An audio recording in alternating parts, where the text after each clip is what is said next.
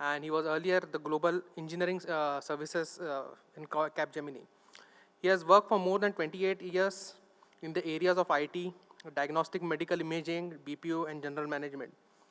Prior to Capgemini, he has worked as CEO with L&T Integrated Engineering Services, President and Executive Director at KPIT, VP at GE Capital, and MD of GE Medical X-ray Systems.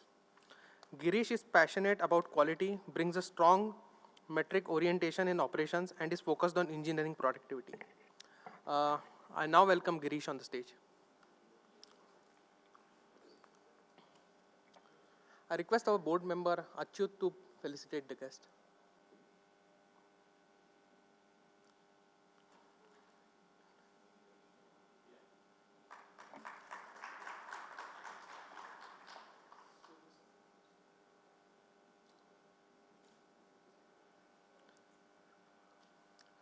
I now hand over the session to Girish. Looks like I'm going to be standing in between the evening cocktail dinner with maybe your girlfriends, boyfriends.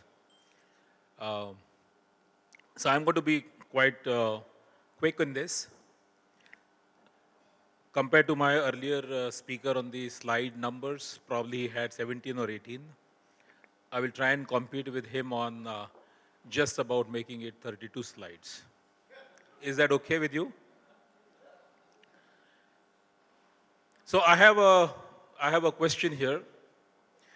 In summary, I think past 2 days you have been discussing, hearing people about security.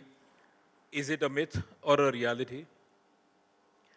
Do we have any groups formed which belong to the myth category and a second group which says that it is a reality? Is the house still divided? No, yes? How many of you believe it is still a myth? I do believe it as a myth. I am one of those who believes. I have a person behind, and there is somebody here who says both. Oh, I think we have, oh my God, that's nice. I have at least half a dozen who still think it is a myth. And let me tell you why I believe it's still a myth. And I would like to hear from some of you also about why you believe it is a myth. If you go back, security has always been one of the second side of the coin to the human being. Ever since we began our social life collaborating with the second human being around, there was always this fear of invasion, fear of being captured, fear of being, taking stealing your things, etc. So why should it be something new today? I think all along the past several millions of years, we have lived with this security issue in our mind, and we by now should have adopted it and ingrained it and sort of not make a big issue out of it. That's my opinion. And coming to this whole discussion on framework, rules and regulations, I think we live in a city of Pune. We do have some traffic rules, but when you are on the road, what happens? What is it? What is it that we experience? Even if we know the rules, even if government has made all the rules, whether it is now COVID 5 or earlier 4 or framework turning into a Bible, I think the question at the end of it is, how disciplined is each one of us? And Hemant, I think we should ask one question to all the board members, who kind of decorate the board. How many of each of these board members have shared their own password with their secretaries? I'm not going to ask you and embarrass in this situation. I think the key part here is discipline. And I would kind of lay an emphasis only on this one single word, which is discipline. In spite of all the frameworks that we might have, in spite of all the rules and regulations that we may have, unless and until we have this particular element ingrained in ourselves, none of these frameworks, none of these rules or regulations are going to work for us. And that's probably one of the other factors, I do believe, I think it is still a myth. Would you like to share why do you think it's still partial myth or a full myth? Because I saw both of your hands go up. There, yeah, there are many users as of now. They still do not use any of the facilities which we are discussing. Internet of Things, internet-based banking, social networking. So for them, security is a myth. And the financial institutes or the organizations which they say they have critical data to protect, and then they've faced some incidents, hacking incidents, and for them security is reality. Thank you. Anybody else at the back wants to share why you think it's still a myth?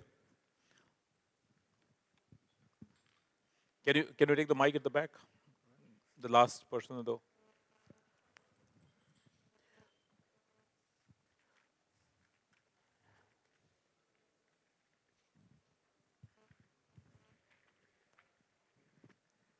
Okay, can you stand up so that everybody sees you? I never knew at this moment whether I've been hacked or not. Okay. So this thought always runs me and gives me a thought that this security has never existed or it is not complete. So it's a myth to me. Okay. So what you are saying is, so long as you are not aware, I mean, it's still a myth to you. And maybe one day when it hits you, hopefully it will become a reality. Is that right? Okay. How many of you have seen this book before? The Code Book. Any one of you have heard about this before? The Code Book. The author is Simon Singh. It was published in 1998. It's a very interesting read. It's an Indian-born author in the UK, a historian, and he exactly talks about how security or why security is still a myth. And it's a very interesting reading because the person goes back in time when people used to code information and how there were decoders of the same information to kind of invade the country. And it talks about at least, if I recall, over 600 odd different stories in the book. So I think the point again to emphasize is more in terms of how do we look at all the digital thing that is happening around us. So I have a couple of slides to kind of take you through, and we will summarize the past 2 days of conversation that you've had with various people. The challenge for the security, from a security perspective for the enterprises, obviously different people have different motives. One reason could be profit. Second is you just want to be notorious. You want to make, have some trouble around. The other factor could be you want to take advantage of the market and make some money. Like we heard about some conversation on some stock going up, and then you try and book some profits the next day. Or it could also be something to do with intellectual property. I mean, all in all, it could have a financial impact. It could also have a reputation impact. Or it could also have, a permanent sense of insecurity built into people and kind of make them crazy. But at the end of it, if you really see, I would classify people into three categories. Either they are some thieves or they are spies who are interested in information for various reasons, or an activist. And the key difference as security people out here, how do we differentiate among these three people? Past 2 days, you may have seen or heard about some of these stories. And I have purposely got 4 different examples To only exemplify the concept, how would an organization look at it from a enterprise application or infrastructure perspective? Today, we are talking about a hybrid environment, which is own premises versus cloud and combination. So what kind of example have we heard so far? Endpoint or device level, all of us are aware of the Apple phone example. And the last example is on IoT. I would not go into each of the details, presuming that many of us would have read through these examples. Sufficient to say that at all different levels in the present hybrid environment of own or cloud environment or premises that we may have our own data centers, 4 different examples and multiple examples to demonstrate, that it is no more a homogeneous environment. We are kind of talking about a mixed environment and exposure to external environment as much as to what we may think as controlled environment within. Some interesting statistics published by IBM sometime back when they did a research of over talking to 3,500 odd CIOs and deputy CIOs worldwide.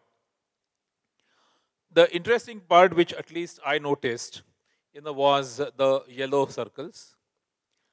If you notice, about 45%, just about 45%, has been from external environment.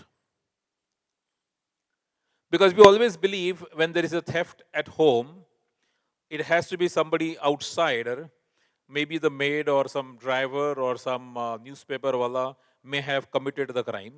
We don't suspect that it could be any one of our own household members who could have been also party to or may have been a single party to.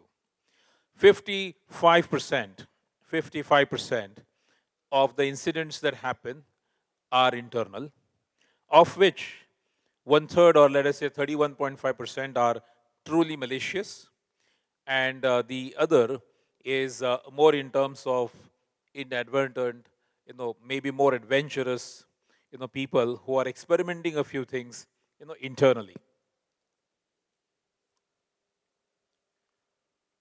94%, if you see the first tower, I would just look at that statistics, ABI research, 94% of the organizations learn about breaches, not internally, through their own frameworks and through their own control mechanism, but they learn about these events from outsiders.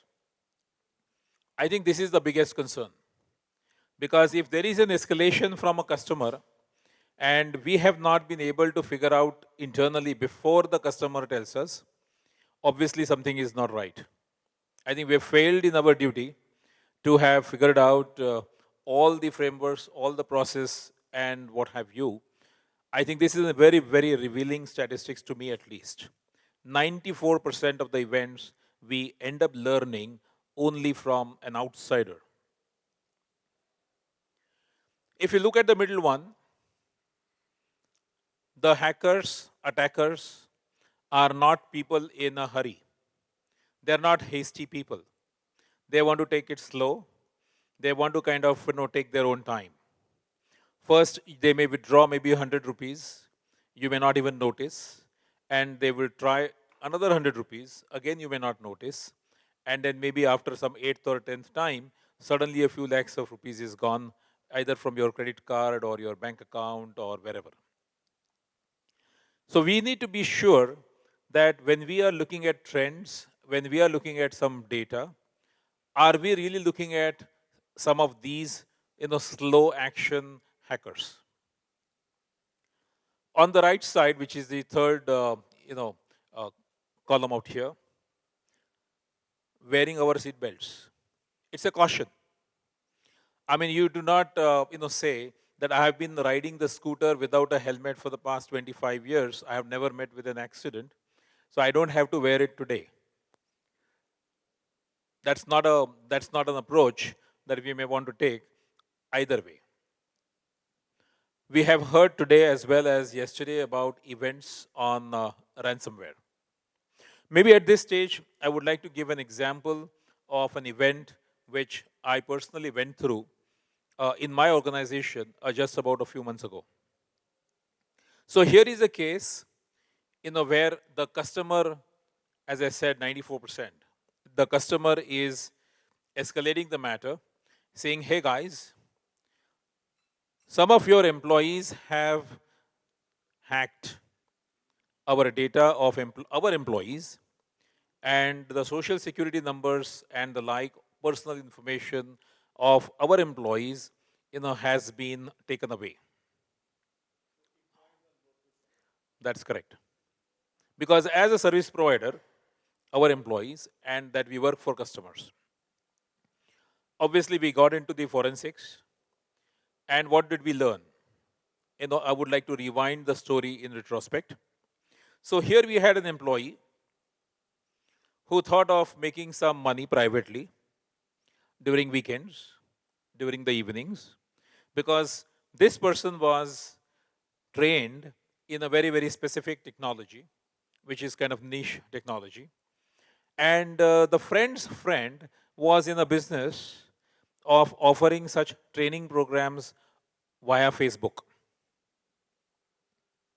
So now you have a situation where the friend's friend is advertising on the Facebook that if you need these kinds of trainings, it's available, this is the price, and I'm willing to provide.